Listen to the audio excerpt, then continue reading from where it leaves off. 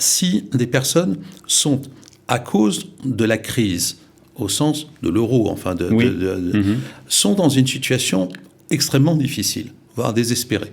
Alors, il ne faut pas hésiter. Il faut contacter au consulat général ou bien contacter les associations, l'un ou l'autre. Mais nous sommes tout à fait ouverts à aider des gens qui sont dans des situations extrêmes. Éric Danon, ambassadeur de France en Israël. Shalom, bonjour. Bonjour. Merci, très heureux de vous recevoir dans nos studios, ici, Studio Qualité à Jérusalem. Nous allons évoquer ensemble les sujets internationaux à l'ordre du jour. Nous allons aussi parler de la situation des Français qui vivent en Israël et qui ont vu leur pouvoir d'achat baisser en raison de la chute de l'euro. Mais nous allons commencer par les sujets d'actualité, je veux dire presque l'actualité brûlante, puisque l'actualité en Israël, comme vous le savez, ce sont les élections législatives et les résultats des élections qui sont maintenant connus. Alors, première question, monsieur l'ambassadeur, en tant qu'ambassadeur et puis aussi résident, puisque vous habitez en Israël depuis déjà plus de 3 ans, quel regard vous portez sur ces élections ? Il faut dire que c'est la 5e élection en 3 ans et demi. Oui. La première chose, je constate un taux de participation élevé, ce qui prouve que Israël est une démocratie très vivante. Tout le monde s'attendait un peu à ce qu'il y ait une espèce de fatigue, quand même, qui fasse que le taux de participation soit moindre, justement parce qu'il y avait eu 5 élections, mais pas du tout. Le taux de participation a été fort, ce qui est, à mon avis, un vrai signal des Israéliens pour arriver à sortir de cette forme d'instabilité que vous décrivez par le nombre d'élections. Après, je constate que le bloc emmené par Benjamin Netanyahou dispose, à ce stade sur le papier, d'une majorité suffisante pour donner une certaine marge de manœuvre. Voilà, ce qui est aussi un peu nouveau par rapport à l'élection précédente. Sur le reste, je n'ai aucun commentaire à faire, puisque l'important, c'est d'attendre que le gouvernement soit formé après les consultations qui, je crois, commencent aujourd'hui même au niveau du président de l'État d'Israël. Alors hier, le président Macron a appelé le futur Premier ministre israélien. Qu'est-ce que Emmanuel Macron a dit à Benjamin Netanyahou ? C'est très classique. C'était d'abord le féliciter du résultat et de sa victoire aux élections. Ensuite, ils ont évoqué un certain nombre de points, mais permettez-moi d'être discret là-dessus. L'essentiel a été autour d'une ou deux grandes questions stratégiques qui concernent particulièrement la sécurité d'Israël. On a parlé d'une visite peut-être prochaine de Benjamin Netanyahou à Paris, vous nous confirmez ? En tout cas, non. Ce que je confirme, c'est qu'il y a eu une invitation de la part du président à venir très prochainement à Paris. Donc, vous nous confirmez que la conversation a été chaleureuse entre les deux hommes ? Oui, vraiment. Oui, tout à fait. De ce point de vue-là, ça s'est très bien passé. Je voudrais parler justement des relations entre la France et Israël, et plus particulièrement les relations que avait Emmanuel Macron avec le Premier ministre sortant, Yair Lapid, qui était aussi très chaleureuse, il faut le dire, et plus particulièrement de l'implication de la France dans la signature de l'accord maritime avec le Liban. Je voudrais savoir comment cette implication a commencé. Elle a commencé vers, je dirais, fin août, début septembre, de façon forte. On était là avant, mais... Bon, alors, d'abord, il faut dire, c'est important, que c'est un bon accord et que c'est plus qu'un soutien de la France. C'est une vraie contribution de la France qui a eu lieu. Alors, nous avons été discrets, justement, dans la période de campagne électorale. Parce que voilà, on ne voulait pas interférer en aucune façon dans la campagne. Mais le rôle de la France a été tout à fait déterminant pour que l'accord puisse avoir lieu. Je ne sais pas si on a le temps de raconter un peu. Est-ce que vous pouvez, vous pouvez préciser peut-être ? Absolument, on peut préciser. Mais pour ça, il faut se rendre compte que cet accord est tout à fait exceptionnel. En termes diplomatiques, je peux vous dire que cette négociation, c'est une masterclass. Pourquoi ? Vous avez 2 pays qui sont ennemis, ou en tout cas en état de guerre, ou en état de belligérance, le Liban et Israël. Vous devez fixer entre ces 2 pays ennemis 2 accords impossibles. Un accord sur la frontière maritime alors qu'ils n'en ont pas. Et un accord sur la répartition financière liée à l'exploitation future du gaz. Deux accords impossibles. La beauté de la négociation, c'est quand les mettant ensemble, ça devient possible. C'est-à-dire que l'accord appuie la question de la frontière sur la nécessité d'exploiter le gaz, et l'accord sur la répartition de la manne gazière s'appuie sur la nécessité de fixer la frontière. Et c'est là que, en mettant les deux négociations ensemble, on y est arrivé. Alors, vous nous dites qu'il n'y a pas on va dire, entre guillemets, de perdants dans cet accord ? Tout le monde est satisfait ? On l'a vu. Oui, tout le monde est satisfait. C'est un bon accord pour tout le monde. Il faut en prendre acte et s'en réjouir. Vous avez un accord principal qui, dans sa première section, fixe la question des frontières. Dans sa deuxième section, la question de l'exploitation. Et puis, vous avez deux protocoles qui, à ce stade, ne sont pas encore publics. Un de Total avec les autorités israéliennes et un de Total avec les autorités libanaises.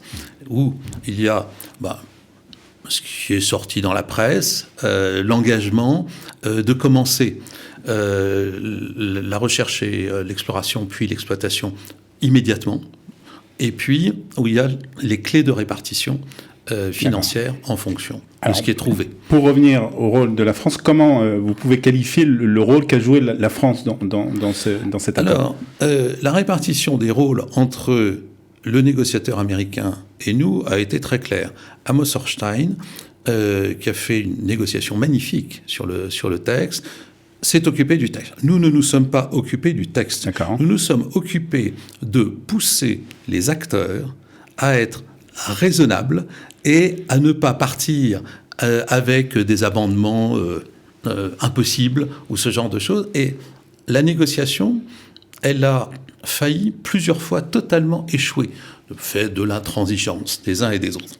Et puis, à chaque fois, nous sommes intervenus, mais parfois plusieurs fois par jour. Et ça a été possible grâce aux relations qu'entretient Emmanuel Macron avec Yair Lapid et le président libanais ? Oui, ça aurait été impossible autrement. Nous étions, j'allais dire, presque les seuls à être dans cette situation de pouvoir parler. On a souvent dit que le fait de parler à tout le monde n'était pas spécialement un gage de bonne politique. Là, c'était indispensable et nous étions sans doute les seuls à pouvoir le faire. Alors, je voudrais parler à présent de la situation des Français qui vivent en Israël. Cette situation, vous la connaissez bien. Certains, surtout les retraités, ont été très touchés par la chute de l'euro ces derniers mois.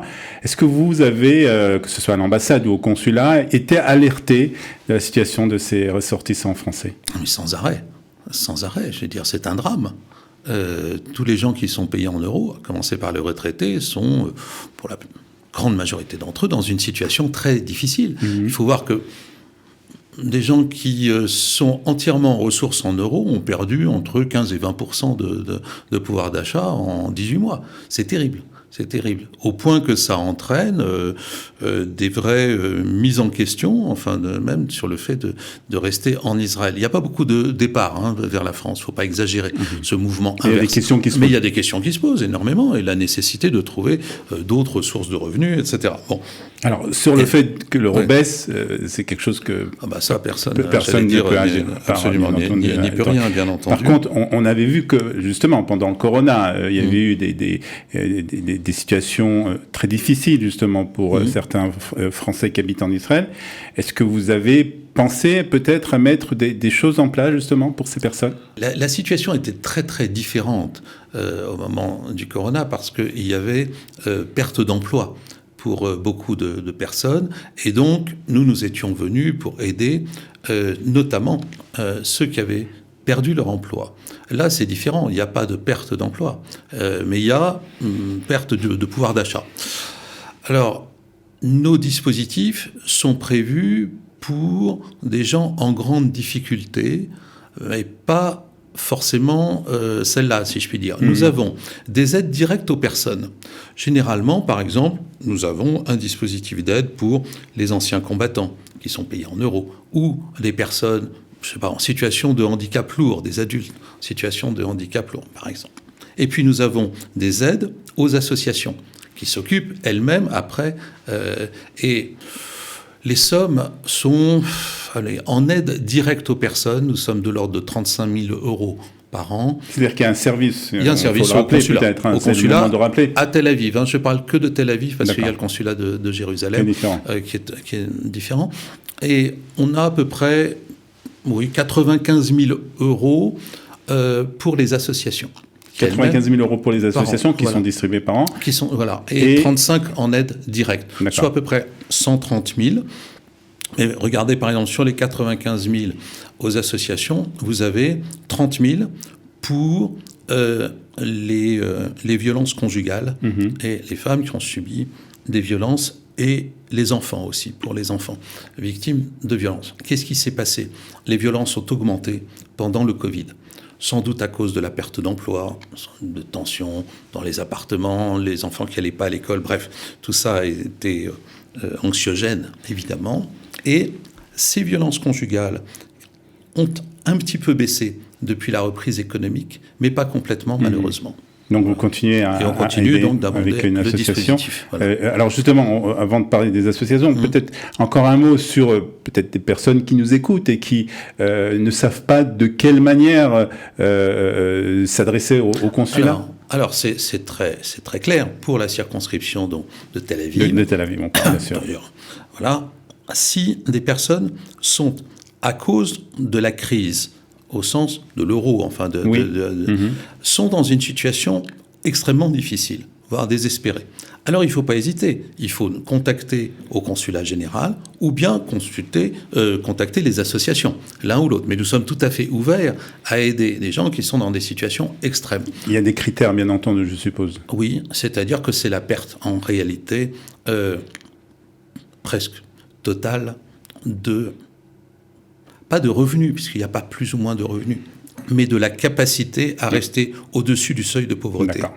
Je voudrais parler aussi d'un partenariat qui a existé. Vous avez visité, vous m'avez dit que c'était la première fois que vous étiez dans les locaux de Qualita à Jérusalem. Vous avez eu donc l'occasion un peu de visiter nos locaux. Est-ce que vous avez prévu encore, on avait fait un partenariat avec Qualita pendant justement la crise du Covid. Est-ce qu'il y a des partenariats qui sont prévus encore ? On avait fait un magnifique partenariat parce que pour tout euro que nous mettions pour les gens touchés par le Covid, Qualita doublait la mise. Et donc, on s'était retrouvé avec des sommes d'argent tout à fait importantes, de l'ordre de 700 000 euros pour la crise du Covid. Et nous, vraiment, je dis, nous sommes tout à fait ouverts à de nouveaux partenariats, mais il faut bien voir que c'est pas possible de contrer à nous tout seuls la baisse de l'euro, au niveau d'une population entière. C'est trop compliqué. Vous savez, moi, j'ai des agents à l'ambassade et au consulat à Tel Aviv qui pensent rentrer parce qu'ils sont payés en euros et qu'on n'est pas augmenté en fonction de la crise. On nous a même d'ailleurs baissé un petit peu encore récemment. Donc, non, c'est difficile. Mais je suppose que ce n'est pas un problème spécifique à Israël. C'est-à-dire que c'est un problème qu'on retrouve dans tous les pays. Oui, nous avons plus de 50 pays dans le monde où la situation est difficile du fait de la baisse de l'euro. Tout à fait. Alors, on va terminer par un sujet aussi important, puisque vendredi se dérouleront les commémorations du 11 novembre, la Première Guerre mondiale qui prenait fin il y a 104 ans. Comment, 104 ans après, on célèbre l'armistice ? Ici, c'est toujours... Non, d'une façon générale. De façon générale. C'est fondamental, évidemment, c'est pas dans ce pays que je vais rappeler combien la dimension mémorielle est importante. Nous célébrons à la fois les morts de la Première Guerre mondiale, mais ceux de toutes les guerres, et les soldats français morts dans l'année en opération extérieure. Cette année, il y en a eu moins que l'année précédente, mais deux quand même. Oui, c'est tant mieux, pourrait-on dire. Et les cérémonies sont toujours un moment fort de la communauté ici française. Donc, nous fêtons le 10 à Akko et à Haïfa. À Haïfa, il y a tombes de soldats français de la Première et de la Deuxième Guerre mondiale. À Akko, il y a ce que l'on appelle le carré Caffarelli. Caffarelli était un général de Napoléon qui est mort dans le siège d'Akko en 1799. Et c'est à cause de cette défaite que Napoléon n'est pas allé jusqu'à Jérusalem. Si vous imaginez ce que ça aurait donné si Napoléon avait pris Jérusalem, on serait dans un autre monde. Mais voilà, ça n'a pas eu lieu. Caffarelli, qui était un général extraordinaire, un grand savant, un mathématicien, etc., est mort au siège, et donc nous lui rendons hommage le 10. Ça, c'est pour Haïfa et Akko. Et le 11, évidemment, à la résidence de France, la cérémonie habituelle, avec l'ensemble des attachés de défense de tous les pays, etc. Est-ce que vous avez un invité spécial cette année ? Non, justement, à cause de cet entre-deux gouvernemental, nous allons faire quelque chose de plus modeste, pourrait-on dire. Merci beaucoup, Éric Danon, ambassadeur de France en Israël. Merci d'être venu dans notre studio et à bientôt. C'est un plaisir. À très bientôt.